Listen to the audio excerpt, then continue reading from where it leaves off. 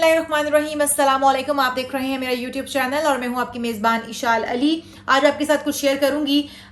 वैसे तो हो सकता है कि आप इसको तोहमात माने, इसको वहम माने, या फिर हो सकता है कि आप इसको सदाकत मानते हो, आप इस पर यकीन रखते हो। ये तो हर एक का अपना अपना मानना है। लेकिन मैं क्योंकि बचपन से अब तक इस चीज़ को मानती आई हूँ, सुनती आई हूँ अपने बड़ों से, अपनी दादी परदादी चाची ताई फूफी मामी से, माँ से, कि सूरज ग्रहण होता है, चांद ग्रहण होता है। तो क्योंकि हम अपने बड़ों से सुनते आए हैं तो हम हमारे दिमागों में, जहनों में, दिलों में कहीं ना कहीं उसका डर और खौफ और वो बातें बैठ चुकी होती हैं, नक्श हो चुकी होती हैं। इसलिए जब मेरे सामने ये खबर आई तो मैंने सोचा कि मैं आपके साथ शेयर करूं। हो सकता है कि आपको इस हवाले से कोई फायदा हो सके। मैं इसमें आपको वीडियो में ये भी बताऊंगी कि जो सूरज ग्रहण या चांद ग्रहण है उससे बचाव कैसे मुमकिन है, आप उसके मनफी असरात से किस तरह से बच सकते हैं और किन लोगों के लिए ये खतरनाक साबित हो सकता है। आप इस प्रोग्राम को एंड तक देखेंगे तो आपको समझ आ जाएगी कि इसका सदका किस तरीके से है, इसको इससे महफूज भी इस तरह से रहा जा सकता है और किन लोगों के लिए ज़्यादा खतरनाक है। जो सितारों का हाल बताने वाले लोग हैं वो ये कहते हैं कि इसमें नागहानी अमवात होंगी। सूरज ग्रहण लगेगा 25 अक्टूबर को।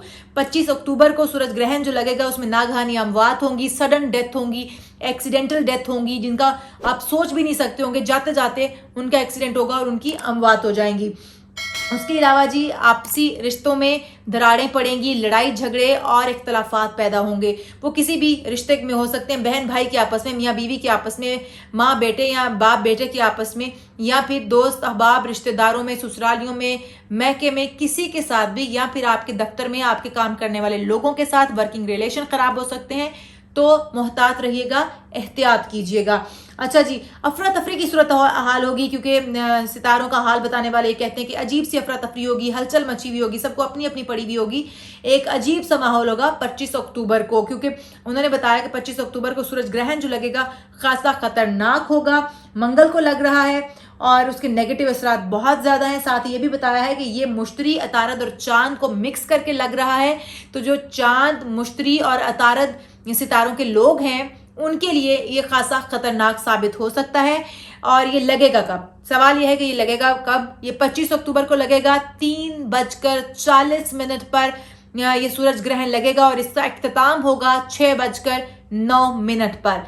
बहुत लंबा दौरानिया है। 3:40 पर सूरज ग्रहण लगेगा और 6:09 पर सूरज ग्रहण का इख्तिताम हो जाएगा।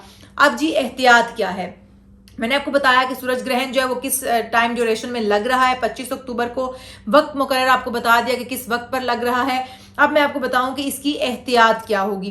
ख़ास तौर पर जो प्रेग्नेंट ख़वातीन हैं, हामला ख़वातीन हैं, उनके लिए बहुत ज़्यादा एहतियात बताई जाती है। हमेशा से हम अपने बड़ों से सुनते आए हैं और मैंने इस तरह के बहुत सारे वाक़यात अपनी आंखों से देखे हैं। ऐसे बहुत सारी चीज़ें मेरे सामने हुई हैं, ऐसे बहुत सारे बच्चे मेरे सामने हैं जिनको देखकर तकलीफ़ हुई मुझे कि काश के इनको पता होता, इनको नॉलेज होता या इनका भी कोई बड़ा इनको समझाता तो इनकी माएँ एहतियात कर लेती। ये प्रेग्नेंट थी जब इनकी माएँ, तो वो ये चीज़ें ना करती जिनसे ये हुआ है। अब क्या नहीं करना और क्या करना है ये भी आपको बता देती हूँ। एहतियात क्या होगी प्रेग्नेंट खवातीन के लिए, हामला खवातीन के लिए? ये है कि वो छुरी कांटे का इस्तेमाल ना करें, आग के करीब ना जाएं और ज़्यादा से ज़्यादा अपने आप को महफूज रखें। घर के अंदर, घर के बाहर ना जाएं, कम से कम घर के बाहर तो वो बिल्कुल ना जाएं। और अगर वो घर के अंदर भी हैं और कहीं से रोशनी, धूप या सूरज, सनलाइट अंदर आ सकती है तो वहां पर पर्दे डाल दें। अब घर के अंदर जो है वो सनलाइट नहीं आनी चाहिए। सिर्फ ये 25 अक्टूबर के लिए है। 25 अक्टूबर को वो अपने आप को सूरज की रोशनी से महफूज रखें क्योंकि उसकी शुआएं, रेज उसकी बहुत तेज होंगी और मनफी असरात हैं उसके, और उनके बच्चों को नुकसान पहुंच सकता है जो कि उनके पेट के अंदर भी होंगे। हामला खवातीन स्पेशली इस चीज़ के लिए मोहतात रहें, घर से बाहर ना निकलें और छुरी कांटे का या किसी भी ऐसे जो तेज़ धार चीज़ है, तेज़ धार आला है, उसका इस्तेमाल ना करें। सूरज की रोशनी भी खुद पर ना पड़ने दें और आग के करीब भी ना जाएं। धूप से भी जितना वो हो सकता है अपने आप को बचाएं कि सनलाइट जो है वो घर के अंदर तक ना आने पाए, पर्दे डाल दें। अच्छा जी, इसके असरात बच्चों पर, जो पैदा होने वाले नए बच्चे हैं उन पर पड़ सकते हैं। अब दूसरे लोगों के लिए भी बड़ा डेंजरस है, ये तमाम लोगों के लिए ही डेंजरस है। ये तो मैं हामला खवातीन के लिए बता रही थी, लेकिन ये आम लोगों के लिए, दूसरे लोगों के लिए भी डेंजरस है। अगर आपके लिए बाहर निकलना बहुत ज़रूरी है तो भी मोहतात रहें क्योंकि सूरज ग्रहण जो है ये जो लगा है इसके असरात मनफी हैं। आप किस तरह से महफूज रह सकते हैं? बाकी लोग सदका करके। सदका बहुत सारी बलाओं को टालता है, ये हम सब जानते हैं। तो सदका देकर ही आप इस बला से भी, इस आफत से भी बच सकते हैं या इसके असरात को कम कर सकते हैं। अब जी सदका किन किन चीज़ों का आप दे सकते हैं? सब्जी, आप सब्जी का सदका दे सकते हैं। सब्जी का हस्बे ज़रूरत आप सदका दे सकते हैं। आपको हस्बे तौफीक जितनी आपको अवेलेबल है, जो आपके इस्तात आप रखते हैं, आप उसका सदका कर सकते हैं। या फिर रेड मीट, सुर्ख गोश्त, बकरे का हो जाए, गाय का हो जाए, आप उसका सदका भी कर सकते हैं। दूसरे नंबर पर आप कलेजी, बकरे या गाय की कलेजी का सदका भी कर सकते हैं। वो भी रेड मीट होता है, तो उसका भी आप सदका कर सकते हैं। इसके अलावा अगर आपके पास पैसे की फरावानी है, आप इतनी इस्तात रखते हैं, तो आप मछली का सदका भी कर सकते हैं। छोटी मछली, बड़ी मछली, जितने आपके पास पैसे हैं और जितना आप सदका देना चाहते हैं दे सकते हैं, कोई इसमें मुमानियत नहीं है। सदका वैसे भी आम हालात में भी हमें देना चाहिए। हमारी बलाएं आफतें टाल देता है, मुसीबतों को ख़त्म कर देता है या उनके असरात कम कर देता है। तो आपने जो सदका है वो लाजमी दे देना है। अच्छा जी, मछली के सदके के अलावा आप दालों का सदका दे सकते हैं। उसमें पीली दालें आप इस्तेमाल करेंगे। आप पीली दालों में उसकी मूंग की दाल इस्तेमाल कर सकते हैं, चने की दाल इस्तेमाल कर सकते हैं और आप गंदम भी इस्तेमाल कर सकते हैं।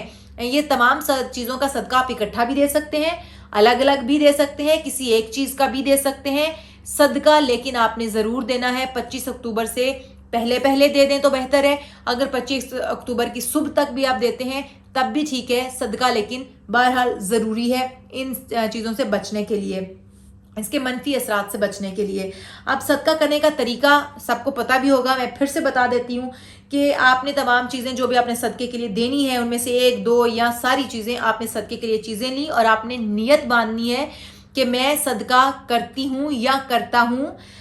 जो आफात हैं सूरज ग्रहण की, उनसे महफूज रहने के लिए आपने नियत की और आपने वो सदका जाकर दे दिया। अच्छा जी, एक तो है सदका जो कि बहुत सारी बलाओं को टालता है, और दूसरा है पाक कलाम, अल्लाह का नाम, कुरान पाक पढ़ना या उसमें कोई ऐसी आयत पढ़ लेना जो कि आपको इन असरात से, मनफी असरात से महफूज रखती है। तो वो आयत भी आपके साथ शेयर करती हूँ।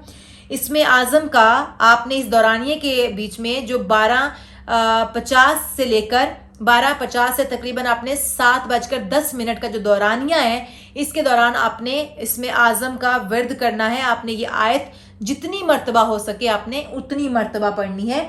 तो आयत क्या है? नस्रुम मिनल्लाहि फतहुन करीब। आपने ये आयत जितनी मर्तबा हो सके आपने उतनी मर्तबा ये आयत पढ़नी है। और जो बिजनेसमैन या बड़े फेमस लोग हैं, मशहूर लोग हैं, जिनको लोग जानते हैं, लोगों के साथ उनका मेल मिलाप बहुत ज़्यादा है, उनका एक्सपोजर बहुत ज़्यादा है, उन लोगों के लिए भी ख़ास तौर पर एहतियात है, क्योंकि उनके वहाँ पर ताल्लुकात ख़राब होने के खदशात बहुत ज़्यादा हैं। सितारों का हाल बताने वाले, सितारों की चाल बताने वाले ये बता चुके हैं, इसलिए मैंने आपके साथ सोचा कि शेयर करूँ। हो सकता है कि इससे आपका भी फ़ायदा हो। हामला ख़वातीन के लिए जो मैंने एहतियात बताई है वो लाजमी कीजिएगा। अब ये तोहमात हैं, सच्चाई है इनमें या फिर ये कहानियां हैं, जो भी है हमें चाहिए कि हम एहतियात बरतें, क्योंकि अब तक हमने अपने बड़ों से सुना है और बड़े जो भी कहते हैं उसके पीछे कोई ना कोई हिकमत ज़रूर होती है। तो उसी चीज़ को जहन में रख के कि हमारे बड़ों ने ये सुना था, हमारे बड़ों ने ये किया था, तो हमें भी एहतियात कर लेनी चाहिए। एक दिन की एहतियात है, कुछ मुश्किल नहीं है। अगर एक दिन आप ख़वातीन हमारी घर में बंद हो जाएंगी तो कोई बड़ा मसला नहीं है, कोई बड़ी बात नहीं है। अगर सदका खैरात कर देंगे तब भी कोई बुराई नहीं है। सदका वैसे भी हज़ारों बलाओं को टालता है, तो सदका ज़रूर दे दीजिएगा। तमाम बहन भाई अपना ख्याल रखिएगा। अल्लाह हाफिज़।